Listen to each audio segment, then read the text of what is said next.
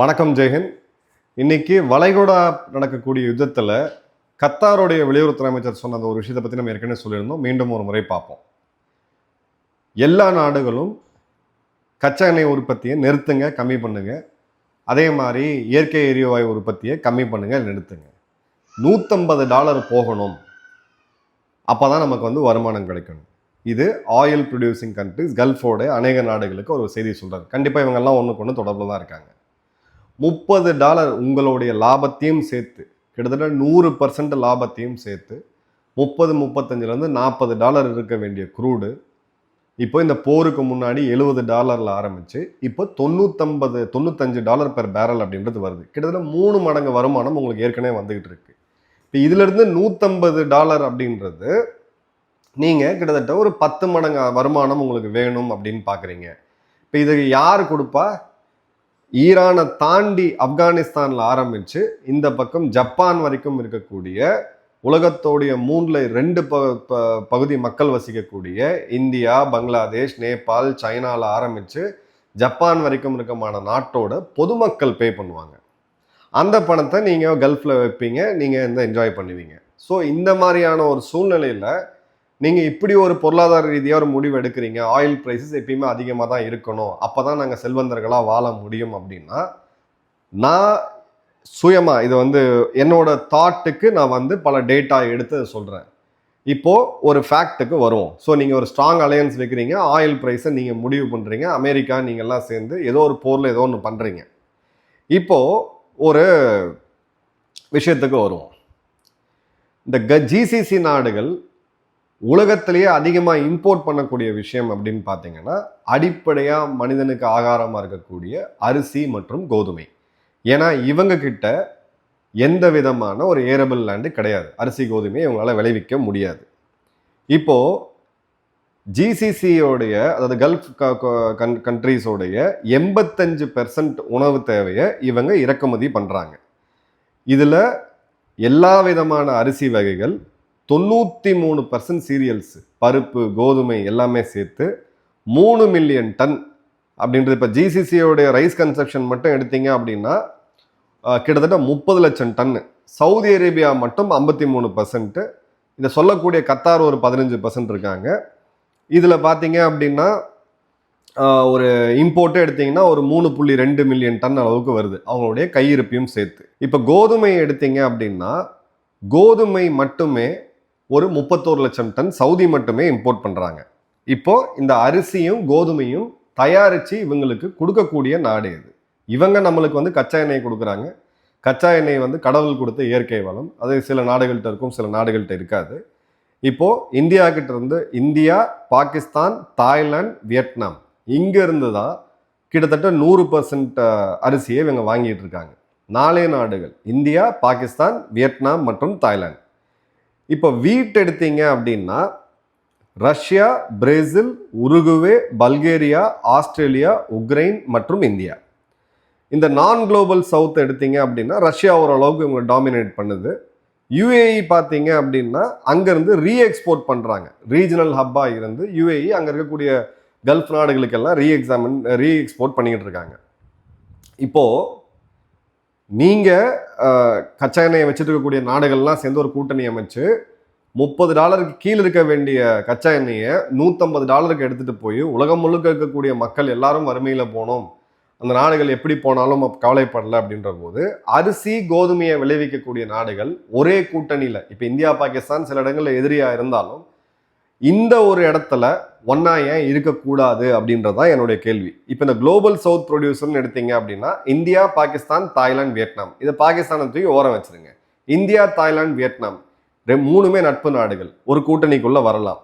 அதே மாதிரி கோதுமைக்கு India, Argentina, Ukraine மற்றும் ரஷ்யா, இல்லை ரஷ்யா கூட விடுங்கள, உக்ரைன், யாரோ ஒருத்தர், இந்தியா, அர்ஜென்டினா, உக்ரைன், இல்லாட்டி இந்தியா, அர்ஜென்டினா, ரஷ்யா ஒரு கூட்டணி. இதை ஒரு ஓபெக் ஃபார் கிரெயின் இதுவாக ஒரு பண்ணணும், ஒரு கூட்டணியாக உருவாக்கணும் அப்படின்னா ஃபஸ்ட்டு நாம் ப்ரைஸை செட் பண்ண முடியும். இவங்க எப்படி ப்ரைஸை செட் பண்ணுறாங்களோ இந்த 4 நாடுகளுடைய விவசாயிகளுக்கு, 7 நாடுகளுடைய விவசாயிகளுக்கு பலனளிக்கிற மாதிரி நாமும் ஒரு ப்ரைஸை செட் பண்ண முடியும். ரெண்டாவது கோட்டாவையும் செட் பண்ண முடியும். இப்போ ஜியோ பொலிட்டிக்கலா அடிப்படை எங்கிருந்து வருது? சுவாசிக்க காற்று, உண்ண உணவு, உடுக்க உடை, படுக்க இடம், அதன் பிறகு மின்சாரம், கச்சா எண்ணெய் எல்லாமே அடுத்தடுத்து வருது. நீ என்னுடைய 4வது தேவையில கை வச்சனா நான் நினைச்சா உன்னுடைய முதல் தேவையில கை வைக்க முடியும்.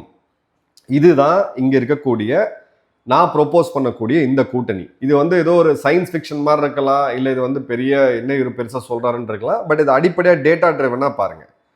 அதே மாதிரி பார்த்தீங்கன்னா இவங்களுடைய ஆயில் டாக்டிக்ஸை, ஓபெக் பிளஸ் நாடுகளுடைய இந்த ஆயில் டாக்டிக்ஸை நாமளும் அப்படியே பண்ணலாம். நியாயமான ரேட்டுக்கு நீ எங்களுக்கு கச்சா எண்ணெயை கொடுக்குற வரைக்கும், இயற்கை எரிவாயுவை கொடுக்குற வரைக்கும் நாங்களும் நியாயமான ரேட்டுக்கு உங்களுக்கு அரிசியும் கோதுமையும் கொடுக்குறோம். நீ அங்கே ப்ரொடக்ஷன் நிறுத்தி ஜாக்கப் பண்ண அப்படின்னா அதே ப்ரொடக்ஷன் நிறுத்தியோ இல்லை நம்ம சேமிப்பு கடங்களை வச்சோ எங்களாலையும் ஜாக்கப் பண்ண முடியும். ஸோ இப்போது இதில் டெவலப்பிங் நேஷன்ஸ், குறிப்பாக பிரேசில், இந்தோனேஷியா, வியட்நாம், இந்தியா மற்றும் தாய்லாந்து, இவன் நம்ம சர்ப்ளஸாக ப்ரொடியூஸ் பண்ணிட்டு இருக்கோம். நம்ம நாட்டுக்கு தேவைப்படக்கூடிய அரிசியை தாண்டி இந்த நாடுகளுக்கும் பயன்படுத்திட்டு இருக்கோம். அந்த அரிசி அப்படின்றது நெல் சாகுபடியில் நம்ம விவசாயிகளுடைய ரத்தமும் அதில் இருக்கக்கூடிய வேர்வையும் இருக்குது, இந்திய அரசு கொடுக்கக்கூடிய மானியம் இருக்குது, டாக்ஸ் பேயர்ஸோட இருக்குது, எல்லாம் சேர்ந்து தான் நம்ம இது பண்ணி அங்கேருந்து எக்ஸ்போர்ட் பண்ணுறோம். இப்போது இதில் இருக்கக்கூடிய சேலஞ்சஸ் என்ன? இதில் இருக்கக்கூடிய ஒரே சேலஞ்ச் அப்படின்னு பார்த்தீங்கன்னா பாகிஸ்தான் தான். ஏன்னா பாகிஸ்தான், சவுதி எல்லாமே நட்பு நாடுகள்.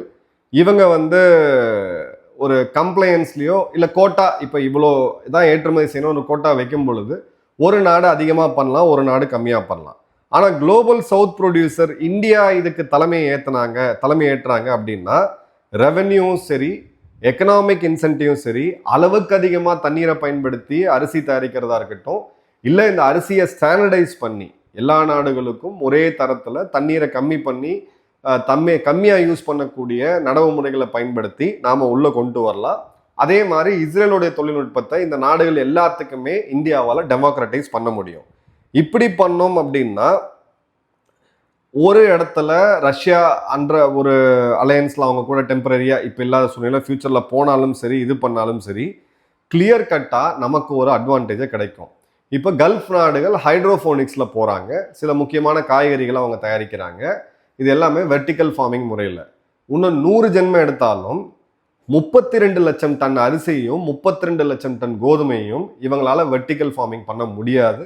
இதுக்கான வாய்ப்பு அறிவியல் ரீதியாக சாத்தியமே கிடையாது. ஸோ கிளியர் கட்டாக ஓபெக் பிளஸ் நாடுகள் அப்படின்றது இவங்க $60 இருக்கக்கூடிய கச்சா எண்ணெயை $150 கொண்டு போய் நாம் எல்லாத்தையும் இது பண்ணோம் அப்படின்னு சொல்லும்போது இவங்க கிளியர் கட்டாக இந்த கூட்டணியை நாம் கொண்டு வரணும். At least India, Vietnam, Thailand, Brazil மற்றும் அர்ஜென்டினா, இது எல்லாமே இந்தியாவுடைய நட்பு நாடுகள்.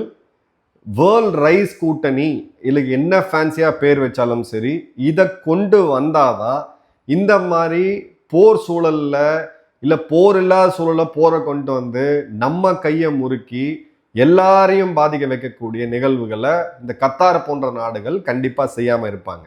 நீ என்ன வேணா பண்ணி, நீ கச்சா எண்ணெயை வச்சுட்டு நாளைக்கு கோதுமைக்கு பதிலாக நீ கச்சா எண்ணெயை குடிக்க முடியாது.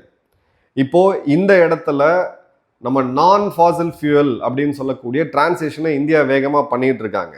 ஸோ கிளியர் கட்டாக இந்தியா பாகிஸ்தானுமே இந்த ஒரு சில இடங்கள்ல உள்ள வரலாம். பாகிஸ்தானும் போய் ஒரு முறை சவுதி கிட்டேயோ யுஏஇ கிட்டேயோ வாசல் நின்று பிச்சை எடுக்கணும்னு அவசியம் கிடையாது. ஏன்னா எண்ட் ஆஃப் த டே அவங்களும் இந்த அரிசி உற்பத்தியை குறிப்பாக பாஸ்மதியை பண்ணிட்டு இருக்காங்க. ஸோ இந்தியா பாகிஸ்தானுடைய இது பண்ணுச்சு அப்படின்னு எடுத்தா கூட, அதாவது நம்ம ஒரு ட்ரஸ்ட் இஷ்யூஸ் இருக்கு அப்படின்னு எடுத்தா கூட, இந்தியா, வியட்நாம், தாய்லாந்து, அர்ஜென்டினா மற்றும் பிரேசில், இந்த நாடுகள்லாம், இப்போ ரஷ்யாவையும் சேர்த்து தான் சொல்கிறேன், ரஷ்யாவுக்கும் அவங்க சாங்ஷன்ஸில் இதை வச்சு லீவரேஜ் வாங்க முடியும். அதே மாதிரி இந்தியா, சைனா போன்ற இறக்குமதி செய்யக்கூடிய நாடுகள், அதாவது கச்சா எண்ணெய் இறக்குமதி செய்யக்கூடிய, சைனாவை இன்னும் உள்ளே சேர்க்கல, பட் இந்த ஒரு அலையன்ஸுக்கு சைனாவும் வரதுக்கான வாய்ப்புகள் இருக்குது. பட் சைனா அவங்க தேவைக்கான அரிசியை அவங்க பயன்படுத்திக்கிட்டு அதன் பிறகு அவங்க இந்தியாட்டையும் இம்போர்ட் பண்ணுறாங்க. ஸோ சைனா எக்ஸ்போர்ட் பண்ணுறது ரொம்ப ரொம்ப சொற்பமாக இருந்தாலும் பேக் எண்டில் சைனா நிச்சயமாக ஆதரவு கொடுப்பாங்க. இதே மாதிரியான ஒரு கூட்டணி அப்படின்றது அரிசி மற்றும் கோதுமைக்கு தேவை. இந்த கூட்டணியை இந்தியா நிச்சயமாக முன்னெடுக்கணும் அப்படின்றதா என்னோட ஒரு தாழ்மையான கருத்து. இது ஒரு ஸ்ட்ராட்டஜிக்கலாக குளோபல் ஸ்ட்ராட்டஜி இத்தனை வருஷமாக பார்த்துட்டு இருக்கக்கூடிய ஒரு நபரால் எனக்கு வந்த ஒரு தாட். உங்களுடைய கமெண்ட்ஸ் என்ன? இது சாத்தியமா? இப்படி ஒரு கூட்டணியை வைக்கணுமா? இது சரியா தவறா, வேற என்ன நாடுகள் சேரணும், இந்தியாவுடைய யுக்தி என்ன இருக்கும்னு சொல்லி மறக்காம உங்களுடைய கமெண்ட்ஸை கமெண்ட் பாக்ஸ்ல போடுங்க. நன்றி, வணக்கம், ஜெய் ஹிந்த்.